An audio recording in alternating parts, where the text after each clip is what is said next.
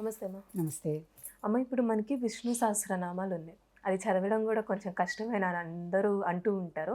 ఒకవేళ మనం చదవడం వల్ల ఎలాంటి ఫలితం ఉంటుంది?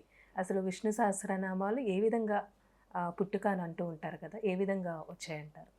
విష్ణు సహస్రనామము మనకి సృష్టిలో పరాశక్తి, ఆది పరాశక్తి 3 పోర్ట్‌ఫోలియోస్ క్రియేట్ చేసి ఇచ్చారంటారు. సృష్టి, స్థితి, లయ. హ్మ్. సృష్టి ఏమో బ్రహ్మదేవుడు చేస్తుంటే, విష్ణుమూర్తికి స్థితికారకుడిగా ఆయనకు ఆ రోల్ ఇచ్చారు. సస్టైన్ చేయడం. హ్మ్. పుట్టించడం ఆయన వంతైతే అందరినీ అలా సేఫ్‌గా చక్కగా మామూలుగా ఉండగలగడం, వాళ్ళని పోషణ భారం అదంతా విష్ణుమూర్తి. లయ చేసే లయకారకుడేమో శివుడు కదా! సో, విష్ణుమూర్తి మనందరం సస్టైన్ అవ్వడానికి కారకుడు కాబట్టి ఆయన్ని మనం ఎప్పుడూ కీర్తిస్తూ ఉండాలి. హ్మ్. గ్రాటిట్యూడ్ చూపించుకోవడం. మనం ఇలా ఉన్నాము అంటే ఎలా అయితే ఆహ్, మనకి ఇలాంటి టెన్షన్ ఉన్నప్పుడు మన సైనికులు, ఇండియన్ ఆర్మీ గురించి గొప్పతనం మనకు తెలుస్తుందో, వాళ్ళు 24/7 చలికి, వానకి, ఎండకి తడిసి ప్రాణాలకి ఎదిరించి అక్కడ ఉండడం వల్ల మనం ఇలా సేఫ్‌గా ఉండగలుగుతున్నాం అనే ఇది ఉన్నప్పుడు ఒకలాంటి కృతజ్ఞత వస్తుంది మనకి. అలాగే మనం పుట్టించాడు భగవంతుడు. పుట్టాక మనం ఈ విధంగా ప్రతి స్టేజ్‌లోంచి ఎదుగుతూ వచ్చి అన్నీ మనకి సౌకర్యంగా ఏది కావాలో అవన్నీ అమరుతున్నాయంటే ఎవరు కారణం? విష్ణుమూర్తి. మరి ఆ విష్ణుమూర్తిని ప్రతిరోజు మనం గ్రాటిట్యూడ్ చూపించుకోవడానికి తలుచుకోవాలి గదా! అవును. పొద్దున కదా! సో, విష్ణుమూర్తిని అధిదేవతగా చెప్పేటప్పుడు కూడా గ్రహాల పరంగా చెప్పేటప్పుడు బుధగ్రహం చాలా తక్కువ దీంట్లో ఉన్నప్పుడు విష్ణుమూర్తి స్తుతి ఎక్కువ చేస్తే మంచి ఫలితం ఉంటుందంటారు. ఎలా అయితే దక్షిణామూర్తిని మనం ఇందాక బృహస్పతికి గురువారం రోజు మనం చేసుకుంటామన్నామో అలా విష్ణుమూర్తికి బుధగ్రహం బాగా ఇదిగా ఉన్నప్పుడు విష్ణువుకి సంబంధించింది ఏం చేసినా మంచి ఫలితం వస్తుంది. బుధగ్రహం దీనివల్ల అని. అంటే బుద్ధికి ఇది కదా అలా చెప్తారు బుధగ్రహం అని. బుద్ధి సరిగ్గా పనిచేయాలంటే ఏమిటి? మనకి దానికి ఏది కారణమో అన్ని ఆలోచించుకుని చక్కగా చేయగలగాలి. అలా.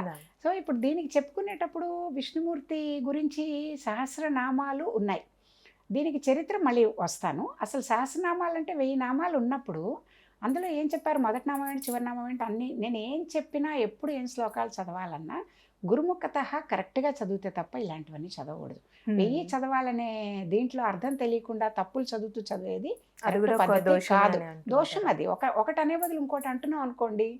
ఇప్పుడు మీరు సీఈఓ అనే బదులు క్లర్క్ అన్నారనుకోండి ఆయనకి ఒళ్ళు మండదు. అంతే. అడ్రస్ చేయడమే పొరపాటు చేస్తున్నాం కదా! ఇంకా కోరికేం కోరతాం కదా! కాబట్టి ఒళ్ళు దగ్గర పెట్టుకుని ప్రతి అక్షరము కరెక్ట్‌గా చదవడం అనేది ఏ శ్లోకంకైనా మ్యాండేటరీ. శుచి, శుభ్రం మ్యాండేటరీ. ఒకటే టైంకి చేయడం మ్యాండేటరీ. తర్వాత ఇదేంటంటే ఎక్కువగా విశ్వకళ్యాణంకి చేసేటప్పుడు కూడా దీని పద్ధతి ఉంది. ఒక్కొక్కళ్ళు చేసుకుంటే వాళ్ళ వరకు ఫలితం.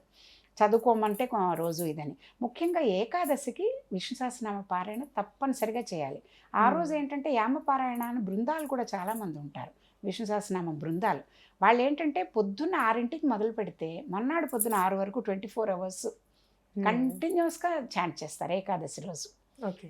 తర్వాత పారాయణ ద్వాదశి రోజు పొద్దున 6కి మళ్ళీ అంతా కంప్లీట్ చేసేసి పూజ చేసి పారాయణ అంటే భోంచేయడం ఆ రోజంతా ఉపవాసం ఉండి చదువుతారు. సో, ఇది విష్ణు సహస్రనామం. ఇండివిజువల్‌గా కలెక్టివ్‌గా చేసేటప్పుడు కూడా ఇలాంటి కెలామిటీస్ ఏమైనా ఉన్నప్పుడు అందరికీ మేలు జరగాలి, విశ్వశాంతి కోసం అట్లా చేసేటప్పుడు ఏం చేస్తారంటే సపోజ్ ఒక 50 ఇళ్ళు ఉన్న కాలనీ ఉందనుకోండి. ప్రతి ఇంటిలో ఒక్కొక్క రోజు పెట్టుకుంటారు.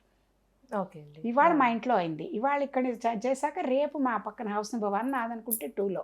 అలా మొత్తం 50 హౌసెస్‌లో ఒక్కొక్క రోజు ఒక్కొక్కళ్ళ ఇంట్లో చదువుకుంటూ అందరూ వెళ్ళి వాళ్ళ ఇంట్లో చదువుతూ ఎందుకు శక్తి బలం ఎక్కువ మనకి మనకి సంఘంలో అందరం కలిసి చేసే దీనికి సామూహికంగా చేసేదానికి ఎక్కువ ఫలితం ఉంటుంది. అందుకని ఇలా చేసేటప్పుడు ఏం చేస్తారు అందరూ కలిసి చేస్తూ ఉంటారు. ఓకే. ఇప్పుడు అలా కాకుండా 24 అవర్స్ చేసేది, 21 రోజులు చేసేది, 42 రోజులు చేసేది, సంపుటీకరణతో చేసేది. అంటే ఇప్పుడు మనకి ఏదైనా ఆరోగ్యం కోసం చేస్తున్నాం. ఆరోగ్యంకి ఇచ్చే నామం ఏముంది అందులో? ఆ నామం దగ్గరికి వచ్చి మొదటి నుంచి సహస్రనామం అంతా చదువుకుంటూ ఆ నామం దగ్గరికి వచ్చేసరికి అది 108 సార్లు ఎన్నిసార్లు చెప్పారు అన్నిసార్లు చదువుతూ మళ్ళీ మిగతాదంతా కవర్ చేసుకుని అట్లా చదివే పద్ధతి సంపుటీకరణ అంటారు. ఆ సంపుటీకరణ లాగా చేసే విష్ణు సహస్రనామం ఇది కూడా ఆరోగ్యం కోసం, ఐశ్వర్యం కోసం, తర్వాత వివాహం కోసం, తర్వాత గృహం కోసం, మనశ్శాంతి అన్నీ ఏదున్నా. అలాగే ఇంకోటి ఏంటంటే బ్యూటిఫుల్‌గా అందులో 108 నామాలు తీసుకున్నప్పుడు నేను గమనించింది మనకి 27 నక్షత్రాలు ఉన్నాయి. 27 నక్షత్రాలకి 4 పాదాలు ఉన్నాయి. 27 4లు 108. ఒక్కొక్క పాదంకి ఒక్కొక్కటి ఉంది. అంటే ఇప్పుడు అశ్విని నక్షత్రం మొదటిది, రేవతి నక్షత్రం చివరిది మనకి 27 నక్షత్రాలు తీసుకుంటే. అశ్వినిలో 1, 2, 3, 4 పాదాలకి విశ్వం విష్ణుర్ వషట్కారు నుంచి మొదలు, ఫస్ట్ శ్లోకం నుంచి మొదటి పాదంకి మొదటిది 2 లైన్లు ఉన్న దీనిలాగా. అట్లా ఆ నక్షత్రం వాళ్ళు ఏం చేయొచ్చు, ప్రతిరోజు వాళ్ళ నక్షత్రంకి ఆ నామాలు ఏమున్నాయో అది చదువుకున్నారనుకోండి, చాలా ఫలితం ఉంటుంది. అంటే దీనివల్ల ఏంటి, మనశ్శాంతి, ఆరోగ్యము, కీర్తి ప్రతిష్టలు, తర్వాత మానసికంగా ఇదిగా ఉండగలగడం, ఏ నిర్ణయం తీసుకున్నా చక్కగా తీసుకోగలగడం, ఆయుష్, ఆరోగ్యం, శాంతి, అన్నీ ఆధ్యాత్మికమైనది, అన్ని రకాల ఫలితాలు వస్తాయన్నమాట. ఆధ్యాత్మికంగా మోక్షం కోసం అంటారు వీళ్ళు. ఎక్కువగా ఈ వైష్ణవులు నమ్మేది, విష్ణుమూర్తిని నమ్మే వీళ్ళు ఎప్పుడూ కూడా కైవల్యం, మోక్షం కోసమే వాళ్ళు తాపత్రయపడుతూ ఉంటారు. విష్ణుమూర్తిని మళ్ళీ చేరిపోవాలి, మళ్ళీ జన్మ రాకూడదు అని, ఆ మోక్ష సాధనకి మరి ఇది. అయితే ఇప్పుడు ఇక్కడి నుంచి మనం చెప్పుకున్నప్పుడు ఎందుకు ఇట్లా వచ్చింది అంటే చరిత్రకు వెళ్దాం. చరిత్రకు వెళ్ళి చెప్పుకునేటప్పుడు ఇది ఎవరు, వ్యాస భగవానుడు రచించారు విష్ణు సహస్రనామం. కానీ మొదట ఎవరెవరికి చెప్పారు ఆయన రచించాక అంటే, మనకి కురుక్షేత్ర యుద్ధంలో భీష్మాచార్యులు ఎప్పుడైతే ఆయన అంపశయ్య మీద ఆయన్ని బాణాలన్నీ ఇదైపోయి ఉత్తరాయణం వచ్చే వరకు నేను అంపశయ్య మీదే ఉంటాను అని చెప్పి అనుకున్నారో, ఆయన అక్కడ పడుకుని ఉన్నప్పుడు అంత్యకాలం సమీపిస్తోందని చెప్పేసి కృష్ణుడు ఆయనకి రెస్పెక్ట్ ఇచ్చి, కృష్ణుడికి చాలా, ఆయన భక్తుల కోసం ఆయన చాలా పరితపిస్తాడు. భీష్ముడి గురించి, భీష్మాచార్యుల గొప్పతనం గురించి కృష్ణుడికి బాగా తెలుసు. సో ఆయన అంత్యకాలం సమర్పించే ముందర కృష్ణుడు ఆయన్ని చూడడానికి వెళ్తారు, ధర్మరాజును కూడా వెంట పెట్టుకుని వెళ్తారు. ఆయన అపశయ మీద ఉండగా ధర్మరాజుకి రాజనీతి గురించి, తర్వాత రాజ్యం అసలు ఎలా చేయాలి దీని గురించి సమర్పించిన ఎన్నో విషయాల గురించి భీష్ముడి చేత ఆయనకి చెప్పిస్తారు ధర్మరాజుకి. ఎందుకంటే కురు వృద్ధుడు, అంత పండితుడు ఆయన, ఎన్ని జనరేషన్స్ చూశారు, ఎన్ని రాజకీయ ఎత్తులు పల్లాలు పావులు కదపడం ఎన్ని తెలిసి ఉంటాయి. సో రాజ్యం తిన తీసుకునే ముందర అలాంటివన్నీ కూడా తెలుసుకోవాలి అనే ఉద్దేశంతో తీసుకెళ్ళి చాలా బోధలు ఉన్నాయన్నమాట, నీతులు చాలా చెప్పించారు భీష్మాచార్యుల చేత.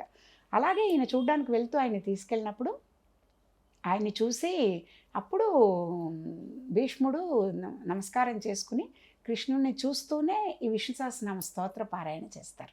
అదే సమయంలో ఇంకా విష్ణు సహస్రనామం వచ్చిందని అంటూ ఉంటారు. వచ్చిందంటే వ్యాసుడు రాశారు, కానీ అప్పుడు ఆయన స్తుతించారు. స్తుతించి ఇంకో మాట కూడా అంటారనమాట ధర్మరాజుతో, యుధిష్ఠిరా మీరు గెలిచారు అని అంటే మీరు మీ గొప్పతనం వల్ల కాదు, మీ వెంట ఒక గొప్ప వ్యక్తిని పెట్టుకున్నారు కాబట్టి మీరు గెలిచారు, ఒక గొప్ప శక్తిని. ఎవరు, సాక్షాత్తు శ్రీ మహావిష్ణువు శ్రీకృష్ణుడి రూపంలో ధర్మం వైపుగా ఉండి మీ వెంట ఉన్నారు కాబట్టి మీరు గెలిచారు, ఒట్టి మీ భుజబలము బుద్ధిబలం వల్ల కాదు అని. అంటే ఏం చెప్తున్నారు ఆయన, నరుడు నారాయణుడు కలిసినప్పుడు, అంటే నరుడు ఎప్పుడైతే నారాయణుడిని, మన భగవంతుడిని అనుసరిస్తూ ఆయన చెప్పినట్టుగా ఫాలో అవుతూ ముందుకెళ్తారో తప్పకుండా విజయం వీళ్ళకి దొరుకుతుంది. అధర్మానికి చోటు లేదు.